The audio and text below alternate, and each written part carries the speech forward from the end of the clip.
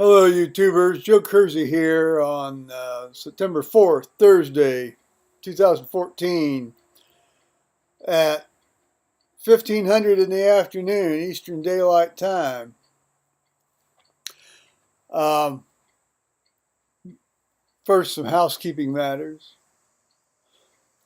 I went and paid my quarterly estimated tax today, so that's $2,400 down the governmental rat hole. Um, and then paid the electric bill, which you got to pay the electric bill. And uh, the credit card bill that largely goes to keeping me in this.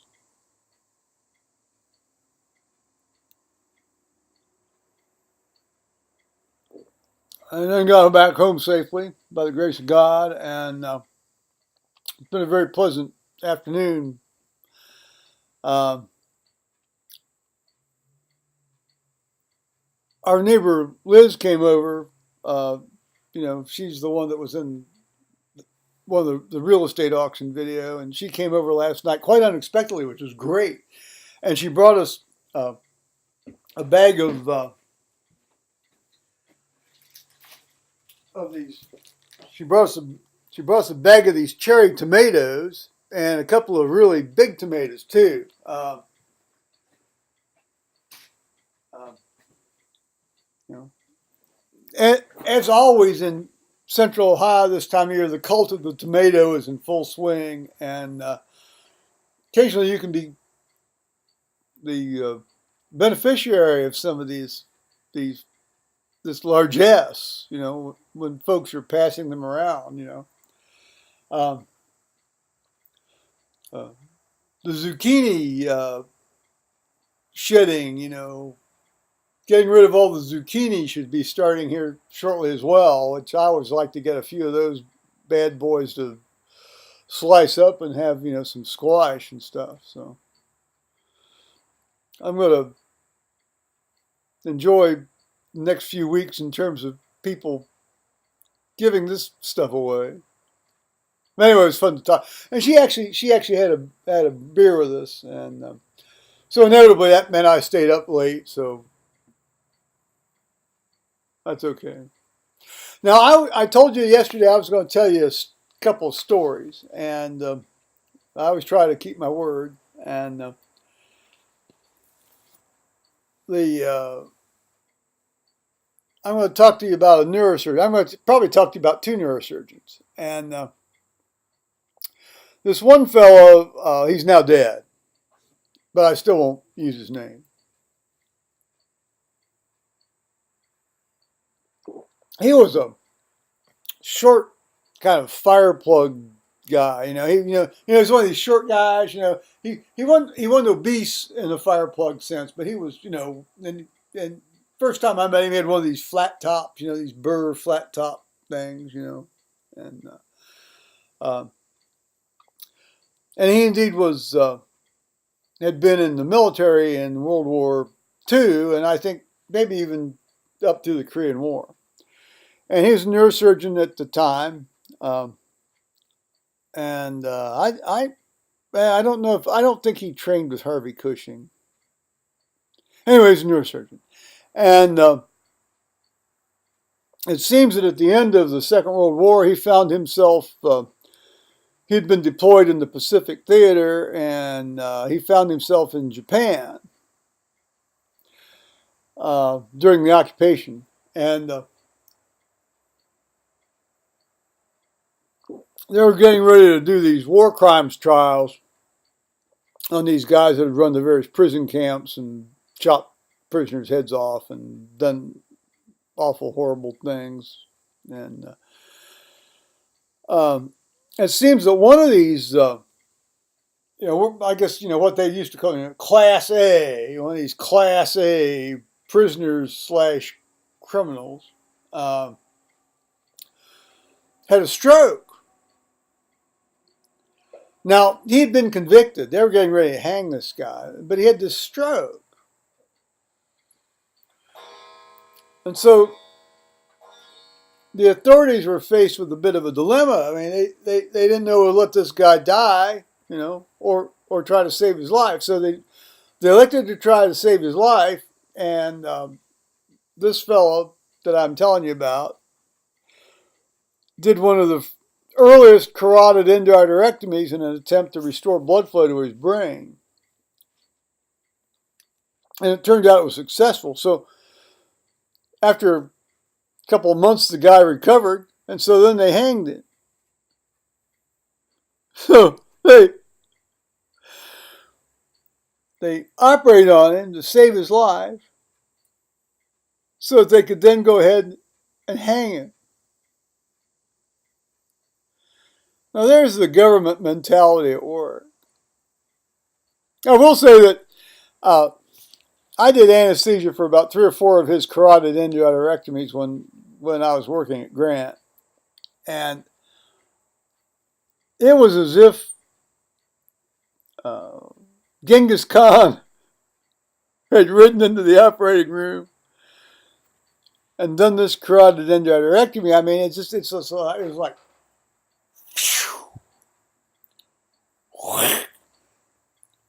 open the artery,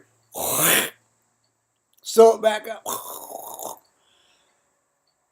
I'm going to tell you, he may have saved this Japanese general's life, but he didn't necessarily have a big he didn't necessarily have a big save rate on some of the stuff I saw him do. And Grant. On the other hand, his neurosurgery was great. I mean, his actual neurosurgery when he was, going into the head was great. I mean, absolutely great. And unlike a lot of these guys, I mean, he was fairly swift. Because, see, he trained in the era when a lot of intracranial neurosurgery was done with just, the patient under local. And not all that sedated either. So it's like in the very early days of thoracic surgery before you had positive pressure, ventilation, where they were cutting into these guys' chests when they were breathing spontaneously. I mean, you had to be really fast. So on his intracranial stuff, he was very good.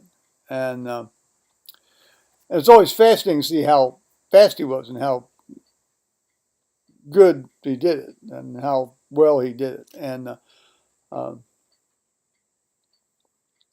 he did maintain a certain fascination with hanging as an execution procedure.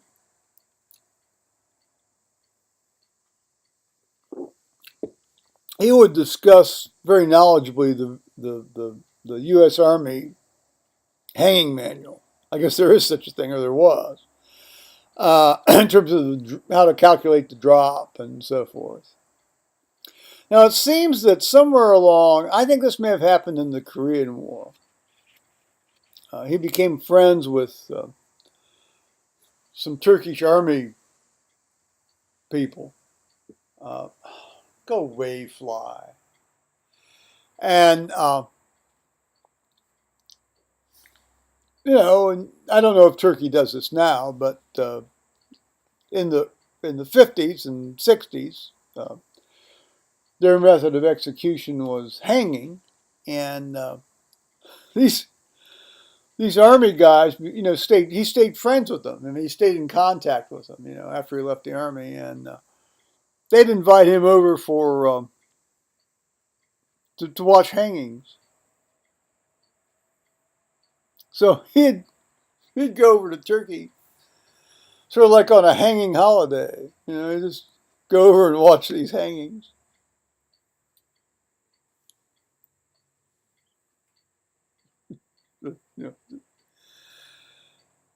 Well, I mean, it does happen, doesn't it? I mean, you could tell this guy was really sort of getting off on this kind of stuff.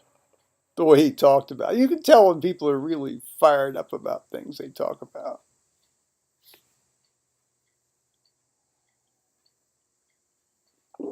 I guess you can tell I'm fired up about oddball things like this, too.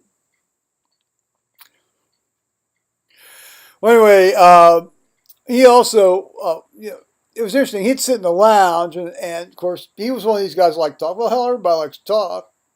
He was in, well, a lot of people in medicine, particularly surgeons, like to talk, unless they don't like to talk. But I told you about this fellow from a neighboring country to our north, uh, who had a green card, but he was not a naturalized citizen. But he and this fellow I'm telling you about, this neurosurgeon I'm telling you about, they were very, very much kindred souls, very kindred spirits. And when the two of them were in the lounge together, and I happened to be sort of in a becalmed state between cases, um, well, I was an easy target for them. Although I will say that the neurosurgeon wasn't nearly as much homophobically bigoted as the other guy was, the Canadian. Oh, did I say Canadian? Yeah, the northern fellow was, and uh, but what this guy did, the neurosurgeon guy did, he would he would pull out his keychain from time to time, and he had like a little uh, he had like a little telescope, like one of these little miniature kaleidoscope things. I don't know if you've seen these. I mean, at the time it was a very popular novelty item in uh, like at state fairs, and I guess in Britain you'd call them fun fairs, that sort of thing. And it was like a little miniature kaleidoscope, not the ones where you crank the wheel at the end, but it was a keychain. So time to time he'd pull this thing out of his pocket and he'd look at it.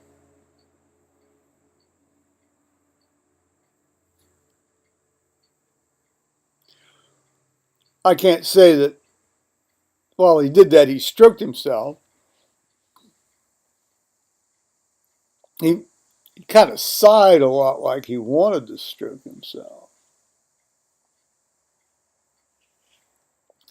But it turns out, one day he just became so overwhelmed with how neat this little device was that he wanted everybody in the surgeon's lounge to look through it.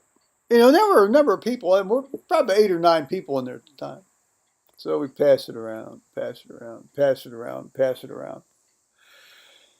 And what it was an up close shot of some woman's vagina, her vulva, her hoo hoo, her. It had clearly been taken during some sort of gynecologic examination. Well, or something similar to, or maybe an erotic moment meant to recreate a gynecologic examination. For those who are into that sort of thing. And that's what he carried around with him to look at from time to time to relieve boredom. Now, I'm going to tell you right now, this was one of the most brilliant. Well, I won't say brilliant. Well, he was brilliant, but well-read people I've ever met. Because this guy, you could sit down, you could talk to him about anything. I mean, he knew a lot about a lot of stuff, and yet here was this incredibly crude, unpolished, sadistic side to him that he made a point of thrusting out onto the people around him.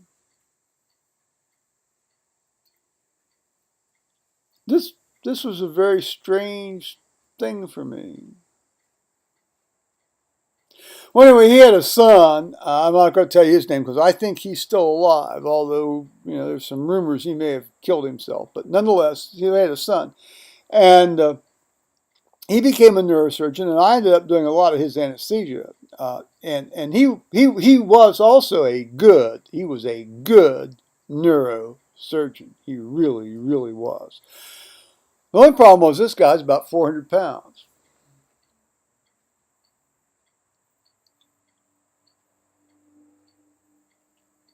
His dad wasn't. His dad was one of these old tight, taut, wound tight, military type guys.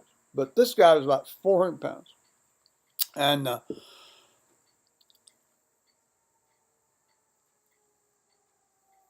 he, he operated sitting down on a stool because he just couldn't stand up that long. And he was very good. I think ultimately the state of Ohio may have yanked his license because of patient complaints and so forth. It was interesting, the fellow I was telling you about, the first guy, the dad of the heavyset man I just referenced. He was partners with a fellow who was also extremely overweight. He used 2 canes to walk with. And I imagine that gave a lot of confidence to patients when he came into their room to tell them he's gonna cut a hole in their head and operate on their brain. He was also a good surgeon, and he also sat on a stool. And I know for a fact that the state medical board eventually did yank his license because of that. But he also had an interesting habit. And and this is not the only neurosurgeon I've heard do this. This guy also had the habit, the practice of having his office hours at 2 in the morning. 2 in the, you heard that? 2 in the morning. I did several of his cases, and he would put elective cases on to start at 9 or 10 in the evening. After which, then he was going to go off and have office hours. This is not salubrious to all involved. Me, the patient, him, the operating room staff. This was not a normal arrangement. Now, from my standpoint, since most of these people were fully insured, I was making a living.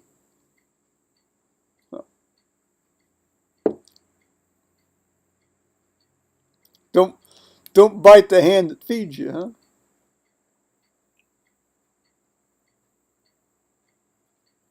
Patients were being taken care of. It wasn't like the patients were being harmed.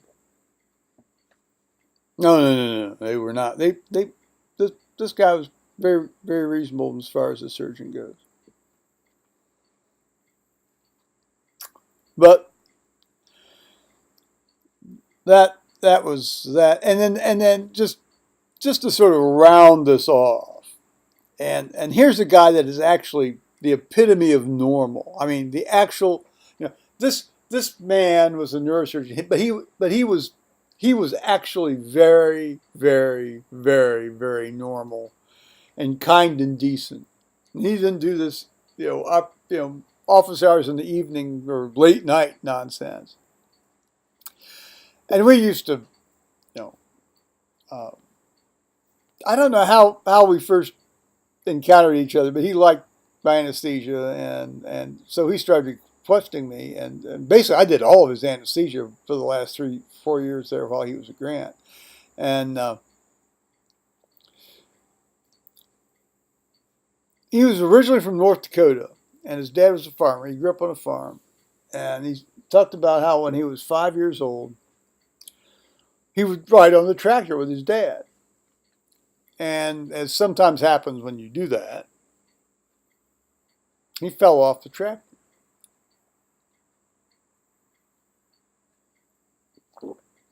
And his dad ran over him with the tractor. Crushed his pelvis, crushed the top half of both femurs. This guy was in a full body cast for 2 years. Didn't kill him.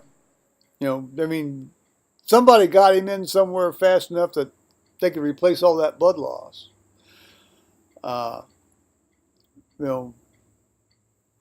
or volume loss anyway,